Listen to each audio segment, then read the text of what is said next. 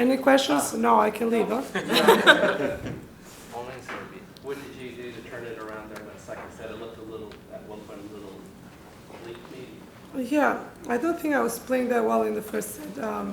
I think Sabine did quite well, and I was not serving too well, and especially on my returns, I did not do too well in that first set. And I was down a break in the second, and I was struggling a little bit, and I think Sabine was in control. But then, I was trying just to stay tough, hanging there and play 1 point at a time, stay in the zone. And there was, I think, a crucial point, in that second set where I really felt like, I could come back, and I did, after I held my serve at, I think it was 3-2, I don't remember anymore. I've spent such a long time on the court. But I felt, that, I got the momentum going, and I kind of felt like I had the wind, in my back.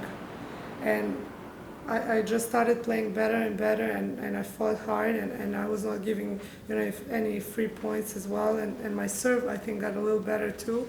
And overall, my whole game was a little more complete. So I'm very happy that I was able to stay strong mentally and physically, and get that match, under my belt as a win. Yeah, now when you have this backhand going on like this, do you feel at some point that nothing bad can happen anymore? Or?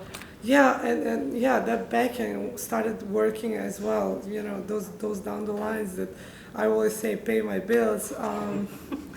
They started going the court. I really got my confidence in that shot, and it was one after another. And especially in important moments, I really believed in my shots, and I was, the brave one, and I went after them, and, luckily they went in, and I'm grateful for that, yeah. Pretty much when that started to work, Sabine started to unravel at that point. And how aware are you when someone sort of begins to lose their focus and concentration, and does that spur you on to? Yeah, of course, you sense, there are certain times when you really sense that, your opponent is going down mentally, and is losing that belief, and is kind of going down, and that's where I have to kind of go up and kind of use that to my advantage. And that's part of the game, we all have ups and downs, and our good times and bad times throughout the match, but mainly you focus on yourself, and you try to keep your mental toughness at the high level, and just hanging there. There those tough moments where you really have to grind through and play those points smart. And I was able to execute my shots when it mattered. Especially that third set, when I broke, I really let my shots loose, especially that backhand, was working. I made a couple of those backhand down the line winners when it mattered, and, it paid off. Jelena, can you look ahead to playing Simona in the final? Yeah, Simona is another tough opponent. She's a very solid player. I've had, in my draw, some really hard hitters like Keys and Sabine, and then I've had some players that are playing different styles. So I've had, different styles of play, in my previous rounds. So I'm ready. I'm excited. I'm very excited to be in the finals overall. It's been an amazing 2 weeks for me, and I couldn't ask for more. I cannot wait to play against Simona, and I will just give my best to win my second title here in Indy Wells. JJ, I don't think anyone would have picked you to make the final here this week, with all due respect. I wouldn't pick myself either. Yeah. I was like limping 3 days before the tournament started.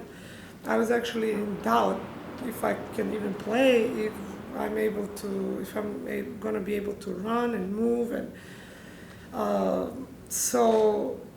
I mean, I was hitting, it was amazing. When I came to these courts the first day, I did not hit a ball for 10 days.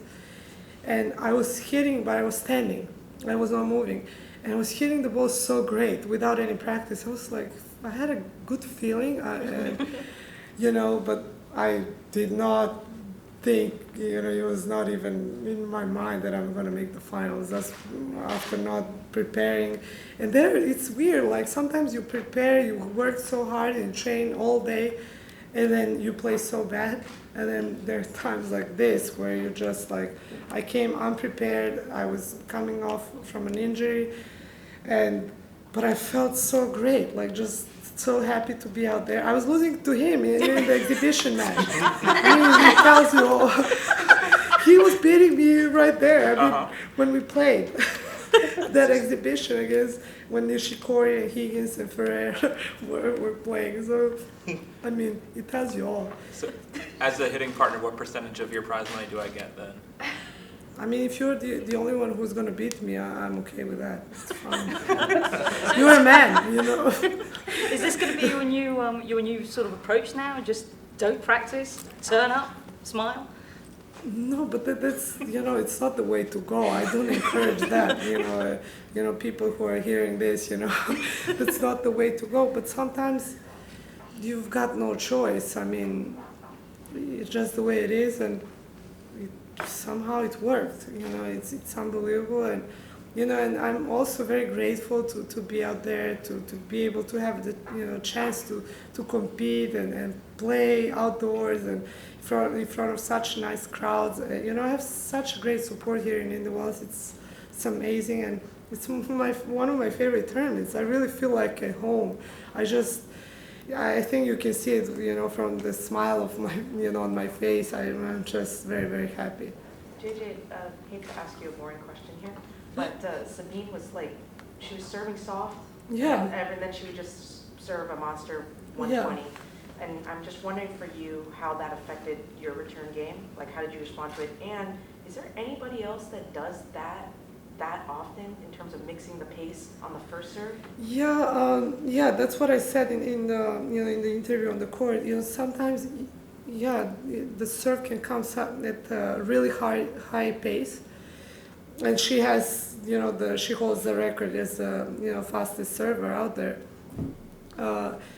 And then sometimes she just kind of takes off the pace, and it's like 60 miles or 70 miles. It's really soft compared to 120, and then 60. It's double, the amount, so much slower.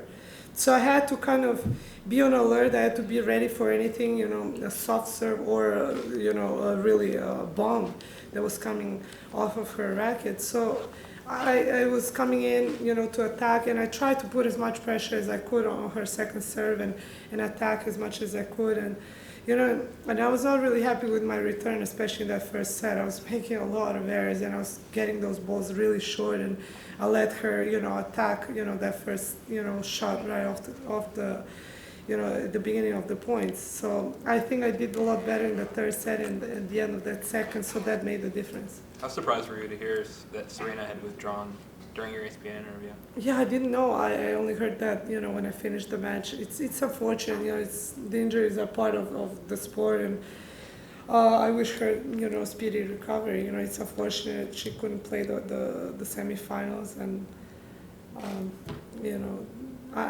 I don't know anything about the case, so I can only talk on my behalf. You talked about, after your on-court interview, you talked about your mom, and then afterwards you went over to her and you gave her a hug and high-fived her. Can you talk about that moment, and can you share your Yeah, I mean, it's unbelievable. Those are the special moments that you have in your career where you can share them with your family, with your close ones, with your your entourage, your team that's been there and supportive, and they know and understand what I went through, and what it means to me to be at this stage and be in the finals, and overall make this kind of achievement at this tournament.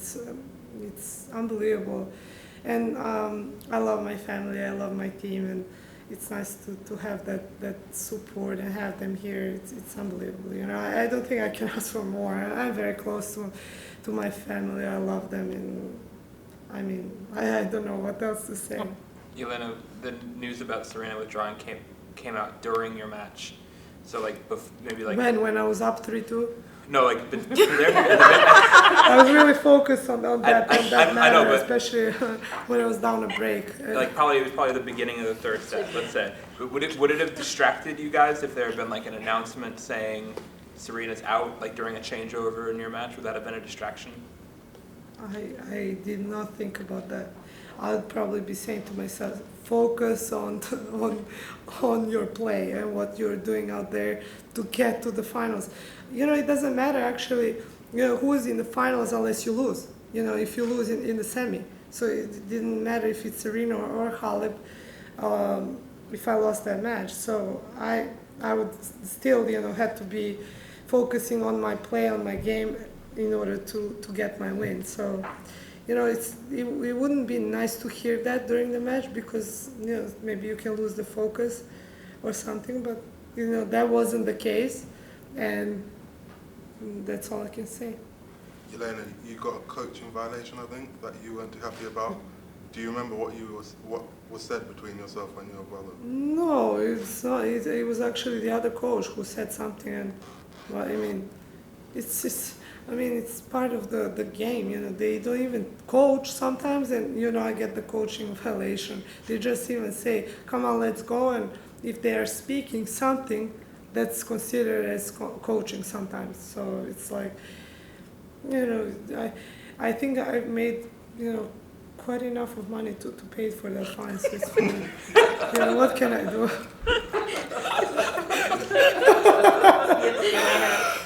I mean, if I'm winning, I'll pay the fines. But Aside from fines, does this week's prize money, does that go towards the house? Like, what's the status no, of I the house finished my right now? house. It's I completely can go done? on something else. It's completely done? It's completely done. You know, I'm happy for that. Now I can, you know, spend my money on something. Did know. you get to go shopping?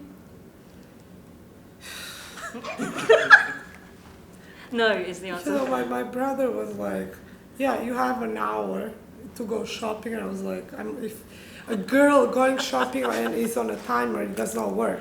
How am I supposed to try on these dresses and all this nice stuff when I'm like putting it on and I'm like, and then people asking for autographs and pictures in the mall because, you know, half of the people are coming from the courts, you know, that, you know, are tennis fans, and I was like, oh, I need a whole day, basically, to really do proper shopping. And I enjoy that stuff, I really do. And, you know, I don't like being rushed. If you win the tournament, then you probably use more than just a day to shop and spend all that money. Yeah, but you know, it's just for me, it's just relaxing, just to kind of get off the courts and just do something, just walk around, and get your mind off of tennis and just think about something else and enjoy a nice time outdoors with my mom and I, you know, because I've been traveling so much, and you know, I haven't been able to spend a lot of time with my mom and my other brother, so it's nice to kind of, you know, spend that, you know, family time. Doesn't matter if it is shopping, if it's a nice lunch or dinner or, you know, anything. So I really need that, and I love, you know, having, you know, that nice time with my family. Thank you.